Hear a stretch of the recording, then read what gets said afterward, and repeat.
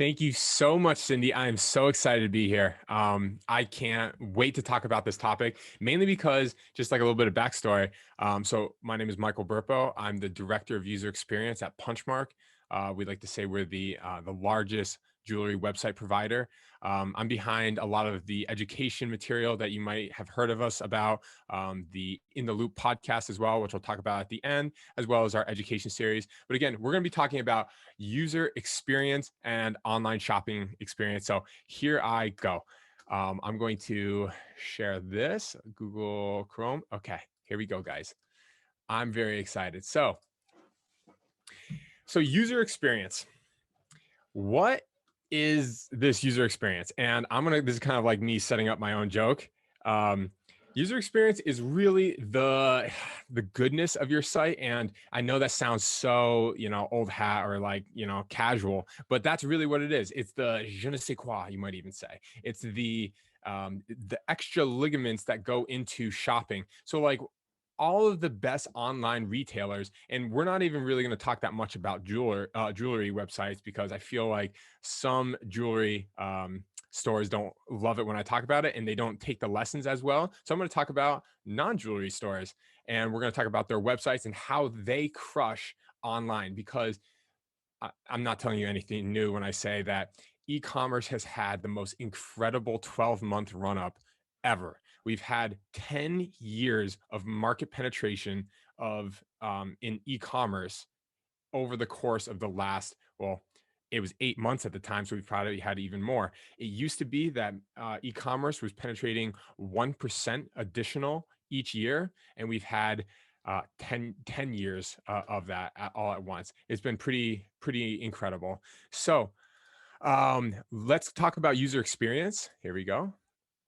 So the joke about user experience is this cat one. This is the easiest way to learn it. Some things look good and they don't work. Some things look different or they need a change and they work even better. So if we look at this ketchup analogy, imagine ketchup inside the bottle is actually jewelry and the ketchup container is actually your website. If the container is easier to use, you're probably going to squeeze out more ketchup and have a more enjoyable time using that ketchup. It's a little bit strange analogy, but that's literally how user experience works and what I strive for every single day. So let's talk about individual touch points that impact your site's user experience. And I'm going to be giving specific examples from these online retailers or online stores. You've probably actually been to most of them. I'm not going to be pulling out some of these like way bottom of the barrel websites that you've probably never heard of. These are industry leaders, and what they do, these basics are what you too can do and just improve yourself. So, and what we try to do at Punchmark as well. So first things first, we're going to talk about wayfinding. So this is Nike, and your guys are actually going to have the link to this as well. And you can click on these websites to go in and click around. And what's really cool about Nike's website is that Nike has the most easy to understand brand. Just do it. What does that mean? It's like it's a movement that they're trying to encourage. So they want everything as categorized as possible. They have like this attitude. But if you scroll down to the bottom, which is another touch point, it's your footer. They have all these links in case you didn't find what you wanted. And then you hover it, and there's even more links. This is what Nike does so well. You didn't go to Nike's website by accident. You were there with a purpose. Sometimes these shoppers don't even know what it is that they were there for. And it's as easy as just offering them something else to go into. And that kind of ties into the brand follow through. So, brand follow through is something, again, it takes a lot of time to develop. So, this one is a little bit more difficult. But every single website I've ever designed for a client, the client says back to me after we give the first design, I want my logo to be bigger. And at first, I used to be really frustrated, like, oh man, like it's going to ruin the design. It's not subtle. It's not all these things. But what they're actually saying, what I've learned is I want my branding to be more apparent. And if we look at Nike's website, I don't know if you guys can see my mouse, but I assume you can. If we look at Nike's website, Nike's logo is tiny, but their branding is so big. It's just impactful. They touch upon it in every single way imaginable. Their model choice, their photo choice, their color saturation, their verbiage. So, new season, new energy. You got this girl ready. She's out there doing cool things. And it means that Nike is just promoting energy and being proactive. And that is what I want you to do with your website. It's not just, oh, we are, this jewelry, Mike's demo, Mike's jewelry store. We are this luxury boutique. How can you talk about luxury boutique? Show yourself with some beautiful interior, or this, show yourself with more luxury items like pillows, or just go the next step further and think about how you talk about yourself instead of just make your logo bigger. So another thing to put in your mind, come back to this. Here's another one. Brand follow through on Tiffany. Okay. I said I wasn't going to talk about jewelry stores because I think that talking about jewelry stores to other jewelers, so like these big ones, is sometimes kind of like going to dinner with your significant other and then being like, man, that person over at that other table is like really beautiful, right? And then talking specifically about how beautiful they are. Instead, let's talk about Tiffany as this luxury brand. And what they do is they put their green or blue green, whatever you want to call it, Tiffany green, on everything. You can see it right here. They got this line. This is just a random screenshot I pulled off of it. They have this hard rule in their green, on their image, and in all of the shadows down here. So how is that consistent with the brand follow through? Well, they also choose beautiful model choice. So they're trying to push a feeling, and that's what I want you to do as well. What is the reason all of our jewelers get into jewelry in the first place, besides the it being a legacy?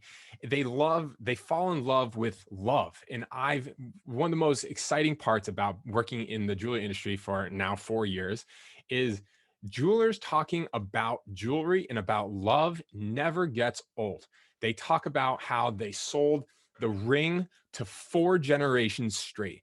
Someone in our Facebook community mentioned that they've been open for like 115 years, and they've sold rings to 5 generations in the same family. That's absolutely incredible. And they talk about how there's this feeling and this love.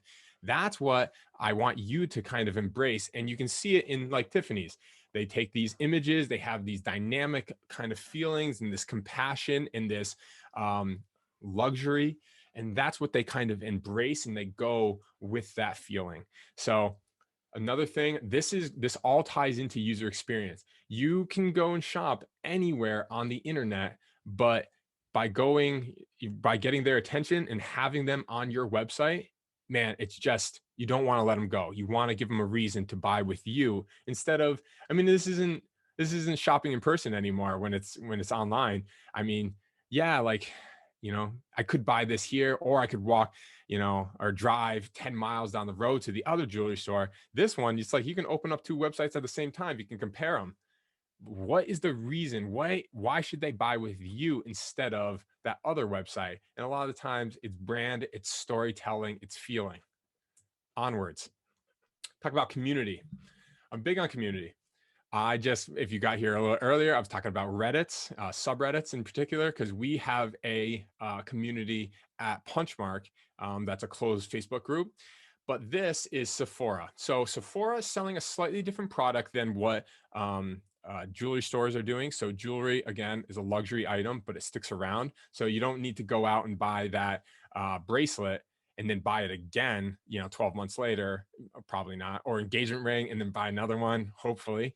But with Sephora, they know that if you find the right concealer or eyeliner or what have you, you're probably going to run out. And if it worked well, which they stand by their product, then they're going to want to buy it again. And what this community does is they offer discounts, and they understand the user's experience is buy it like it, want to buy it again.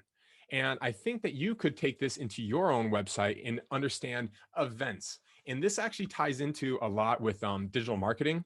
And what's interesting about digital marketing is you can take the people who signed up for your last event and you can run ads right back at them. And you can take that list of clients or list of potential customers who signed up or RSVP'd, and you can plug that right back into Facebook, or you can run direct email campaigns, or you can run a million different options and build that sense of community, reach out to them, offer. I've heard incredible and brilliant stories about people um, building these, they have their VIPs or their high rollers list or whatever it is you call them. And they sent them these coupons ahead, from December. And they say, hey, as long as you buy within before Christmas, this coupon is good for 20% off. And they know that they go in there, whatever they lose off that 20%, they're going to make back, because those high rollers, they're not just buying one ring, they're buying several things. So it's really interesting how they, kind of use this to their best idea. And, Sephora does it great. I wish I knew more about the makeup industry, because I feel like there's millions and billions to be had, but kind of interesting. So we'll move on. We'll talk about soft categories. So soft categories, full disclosure, I've never had this confirmed that this is a real term, but I say it enough that it's a real term to me. So soft categories are any of those categories that are that offer the buy now reasoning. So when I think of buy now, I think of used car salesman, which is not a very flattering term. So like here it is, like Honda, the Honda event, or the Chevy Palooza or whatever. What they're trying to do is they're trying to offer a reason why you should buy that car that day, because they know that if you leave, the second you leave, you might not come back, and they just missed a potential sale. So buy now items, they could be, I have them up on the list. They could be hot items, which is, that doesn't actually mean anything. It could just mean that it's popular to be bought. Best sellers, your most popular items, selections, discontinued, seasonal, on sale. These are all quote unquote made up reasons for someone to buy now. So I think we should all be doing that. Like if your website's a little bit flat right now, you're feeling like a little bit, put some categories on your website that are all of these. Do exactly what Sephora did on your homepage: selling fast, best sellers, recommended for you, beauty insider rewards. That's their community that I just talked about a second ago. It's fascinating. I love how they tie everything together to really drive it home. And that's why Sephora is a bazillion-dollar company. So we'll move on. Now we're talking about hard categories. And again, 100%, not 100% sure if this is real, but I think it's real. This is any of the categories that are tied to the specifics of the item. So that chair is not a pillow, obviously. So the chair needs to be in furniture. So what these people do, let me just pull it up, is they actually pull into my next point, which I'll get to in a second, is they have these incredible categorizations that allow you to shop with your eyes and not with your mind. The mind is not in your favor when it comes to selling. You go in here and you shop. If I, in my head, know that I want an area rug, or I want to spruce up my living room, I might not even know exactly what it is I want.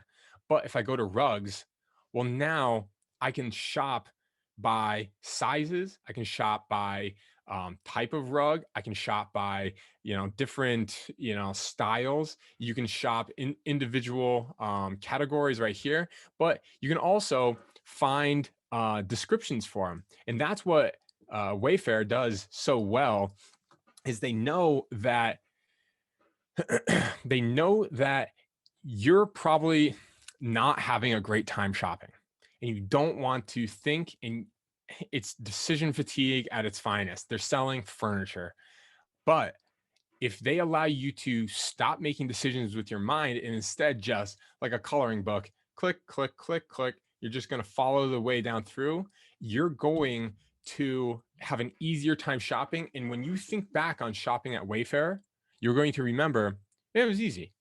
And that's the feeling and that user experience that we want to encompass. So again, this ties into landing pages, and I can't beat the drum on landing pages any harder than I already am. I think landing pages, you should have a landing page for every single root category on your website. So what's a root category? So you have big categories like jewelry, and then you have root categories like earrings, bracelets, necklaces. But inside of earrings, you should also have a landing page just like this that breaks down hoop, chandelier, stud, all those things, and have a visual example of it as well, and then link them to that as well. Because here's where the real magic happens. And I think that we underestimate this. I could present you on one of our best websites. If you click earrings and you're in your mind, you're like, oh, I know that my girlfriend or my, fiance or my significant other of whoever likes earrings, but you don't know because it's my brother shopping for his fiance, and he doesn't know what she wants, but he knows what he's seen her wear before. So he can just shop with his eyes. And then when he gets to hoop earrings, he can just look at only hoop earrings instead of, that's 20 items. Instead of looking at all the earrings, he's going to have to sort through 500 different types of earrings, studs and dangles and chandeliers and all the different types just to get to the hoop earrings. That's why categorization is, in my opinion, I think it's probably the most important aspect of any website, product categorization. You could have ugly looking websites, like some of the jewelry industry's websites, not great, but if they categorize your information so well, it's going to get when you present them with some products, they're going to have a much easier buying experience. Moving on. Ease of use. So this ties in. So this company, this one is probably a little bit more off the beaten track for some of you guys, but this is Sticker Mule. I have probably bought from them more times than any other company in this entire presentation. I buy stickers. I have stickers right here from Sticker Mule for Punchmark. It's amazing. They make buying stickers so easy. Here's what their homepage looks like. It's actually on the left. It's pretty incredible. On the left, let me break it down for you. You have, we make stickers telling you what they do. We have categories for the stickers with visual representation, and we have social proof. That is the easiest way to sell. What we do, here's how you get into it. Here's all the people we do it for. And look at the people who they do it for. That is the most incredible buy now reasoning I've ever seen. They're missing Amazon, but other than that, they have all the other FANG stocks on there. And some of the ones that are missing from there, like Airbnb and Dropbox. If they're using it, it's like, yeah, I should be using it. That's why I think you should have your reviews on there too. And then you go on here, shop. Everybody knows at the very least. You don't know what type of sticker you want, but you know how many you need. And you probably know how big you want. Do you want them, this big? Do you want them this big? Somewhere in between? And then they present you with that information early because they know you already have that information. And then you go over to the right, and this is where I think it gets so fascinating. They just show you visual representations of all of them. But here's the real trick. Do you know the difference without looking at this? So look away for a second. Do you know the difference between a clear sticker, a transfer sticker, a vinyl sticker, what does that say? Front adhesive sticker? I don't know the difference between any of those things. But now they show you the representation. Imagine, if you will, that they just showed you a little table on here that just said the name. No one would really know the example. And as a result, the buying experience would be far worse, and people would be frustrated, and maybe they would buy clear stickers instead of kiss cut stickers, and then they are frustrated because their stickers didn't come out right. And you're probably thinking, but it's stickers, this isn't jewelry. The exact same thing applies. I bought gold or silver instead of platinum because it wasn't labeled, but it looked silver. And suddenly it's like, yeah, now, now your significant other's mad at you, or you got, you bought something that you don't like, or you have to return it now and buy something else. It's the exact same idea. And what can you learn from this? Showing good representations, having good landing pages, having an easy buying experience. Very important. People are going to get out of there if they don't know how to buy.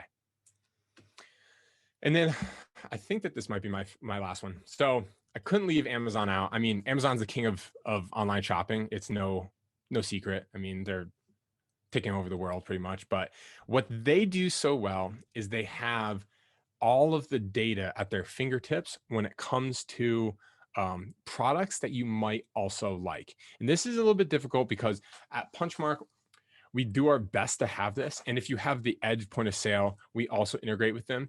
But this is, case in point why you should be entering as much information as you possibly can onto your product information. So that way they can be grouped together in multiple different ways, by metal type, by stone type, by style, by brand. All of that information makes bundling them a lot easier.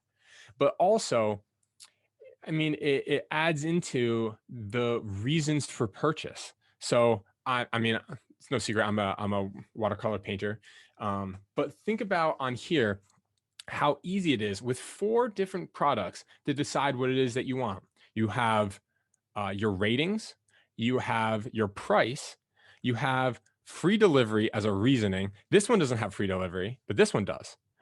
You have bestseller, which means that it's sold the most. You have Amazon's choice, which means they think it's the value pick. You have this one's on sale. This one, you can save money with a coupon. And this is all information present to you on the product grid. And it's just incredible. There's a reason why they're doing billions of dollars in transactions, on the regular. It's because people feel comfortable and safe and easy to buy with them. It's not like they're selling stuff that isn't available other places. They just make it so that the buying experience is trusted and easier. And that all ties into user experience. So, talking fast, but I am very pleased with where we are. Okay, so we're at 21 minutes. That's good. So here's some additional resources for e-commerce and how you can improve. Because I think that one of the important aspects is you need to invest in education, not just for yourself, but for your team, or just bettering yourself and knowing all the pieces and tools that are available to you. And the reason why for this is because selling and running a business is not the same as it was, 30 years ago when your parents were running the same store, or even 10 years ago, or even 5 or 1 years ago. It's changing all the time. And the reason why you need to be understanding is there are these, what is the term? Incremental upgrades that you can make to your website or just your experience of selling. You can do this in your store. You can do user experience in your store and think about, how do you sell? How do you talk about your jewelry? How do you approach when a couple comes into your store and, maybe they're not married yet? How do you sell to them? What if they are married? How do you sell to them then? Thinking about the user and buying experience is one of those things that you should be investing in to keep staying on track of this. Like I said in my description, you don't need to reinvent the wheel. The wheel's already been made. But learning about how you can upgrade your wheel is where the real detail is. So here are my resources. The first, this is my shameless plug. This is In the Loop. We do a weekly podcast. It's available on Spotify, Apple Podcasts, all the places that you see on here. It's all about e-commerce in specifically in the jewelry industry. We try not to be only jewelry, but it's pretty much only jewelry. And we host it with, or I host it every week, and we do it in conjunction with the Smithy Group, who are one of our partners. And I think that they're real blue flame thinkers, and they are just incredible. And what we do is we try to pitch and explain the most important topics to you as well, and make it so that you're able to understand what's coming out. Just a couple more, Cindy. Sorry, I'm on my way out. I promise. Um, Please and then take we your time. Take your okay. time. We're recording this, so if anyone has to drop out, they'll get the recording, and I think you're going to make a special offer for them, I believe. Yes.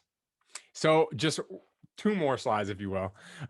Finally, this is another one. This is Gateway to E-commerce. This is run by ClearSale, another one of our partners. I'm a big fan of theirs. Theirs, again, not jewelry focused. It's more e-commerce, but a lot of their topics actually revolve around user experience, about online shopping, best practices. And they're, I think, a little bit less regular of a post than us, but I think that, I mean, they do a great job. And it's no secret that I'm a big fan of theirs. They have a great website too, if anyone wants to explore what it is that they do and how they help with That's right. e-commerce. And it's one thing I really like about it is their pricing is so easy to understand. It's right That's there. right. And finally, um, with AJS connected, I think that this is, just goes into my point about investing in yourself, investing in education. I think that people get to a good point with their sales process, and I mean it's working all the time. But you should always be refining and always be sharpening your understanding of these things. I mean, we're releasing new product and new um, techniques and new tech every week, it seems like. And the reason why we're doing that is because it becomes newly available to us as well. People are discovering more stuff. And if you're only doing the things that were out when you first started, then you're going to be missing out on those things. And either your competitors or other places are going to be taking advantage of them. But thank you so much. I really appreciate all of your time. I really do. Again, my name is Michael Burpo. I work at Punchmark. I'm the director of user experience. Thank you so much, Cindy, for having me on. We have a special offer for our for listeners on here. You can reach out to either Michael at punchmark.com or to punchmark.com/contact-sales. And you can have I believe it's going to be a free website review as well. And what we'll do is we'll just send you back, we'll take a look at your website, send you back a couple of bullet points on things that we notice you could be improving upon. So things like, oh, your categories need to have another layer to them, or hey, your website design needs a little bit of love. Things like that. That should be a little bit easier approach. We'd love to take a look. Well, we'll send them that information so they won't have to look it up. Do we have any questions here for Michael? How are we doing? Looking Okay, good. It was very interesting. I'm going to go check out the sticker mule, that's right. and I appreciate you walking us through some of the techniques and opportunities that we can be applying to jewelry websites. What's interesting in our group, I've taken a few surveys, and many of them have had their websites for years, but not really known what to do next Yeah. or how to get that user experience you're talking about. And there are some that are just coming aboard after this last crazy year with a website and adding e-commerce. So the guidance that you've given has been very interesting. So I challenge everyone to go check out the Sticker Mule, Nike, and Sephora Yep. to get ideas about what to do. But I have to tell you, you talk about Tiffany and their brand. I was given a little pocket calendar by Wow. my sister-in-law. I couldn't even use it. It was just too beautiful. Too beautiful. That teal color. I have it sitting on my nightstand, still in the box. That's crazy. That's I have two Tiffany boxes, and yeah, that brand is insidious. And that's the kind of thing that you want to do with your own brand on your website, have it mirrored in the customer experience in the store. And then one of the things I love to do was the challenge of getting them out of there with the bag, and a bag that they never throw away yes. because the brand was so like Tiffany. It's expensive. And you know what it is though? Is there's that again, it's the feeling. It's this I hate, trying to act like I'm bougie, but it's this je ne sais quoi. It's this thing that you can't even put your finger on. That's what it translates to. And I think that why can I think of these brands off the top of my head? I didn't have to dig that deep for those brands. It's because I remember these good experiences. I remember how easy to digest their website was, how I was able to flow from page to page to page, find my product, add it to cart, maybe shop around a little bit more, check out, have it come to my door without me having to fret about it because the communication was good. All of those things really just elevate and make it so that when I go to buy another pair of shoes, I'm not buying it from Three Stripes, I'm not buying it from Adidas, I'm buying it from Nike, because I know that when I buy it every single time, I enjoy the process and I like it. And those are those things that people have already spent millions and millions and millions of dollars developing uh, the ideal shopping experience for their brand. It's not illegal or frowned upon to look at those and take inspiration and to better your business by looking at those. And that's what sometimes people are like, oh, it's already been done. It's like everything's been done. Everything is just take it on your own, try your best. Hey, one thing of note, you mentioned Ben Smithy. So like I said, we have a podcast that we do in conjunction with them. I think that Ben, so we actually interviewed Ben and Ross, who's my boss. And so we had two CEOs on in the loop.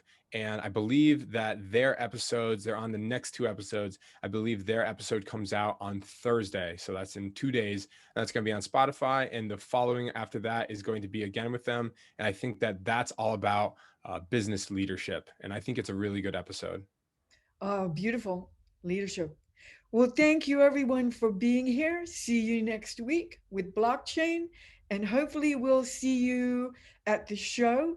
And I do have a session coming up with Marty Hurwitz on February 16th.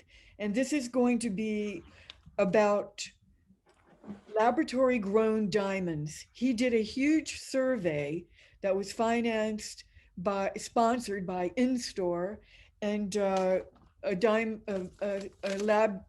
laboratory grown diamond association. And it talks about the consumer perception and even gets into the pricing. So I hope to see you there for that. Thank you all for supporting the webinar, and we'll see you next week.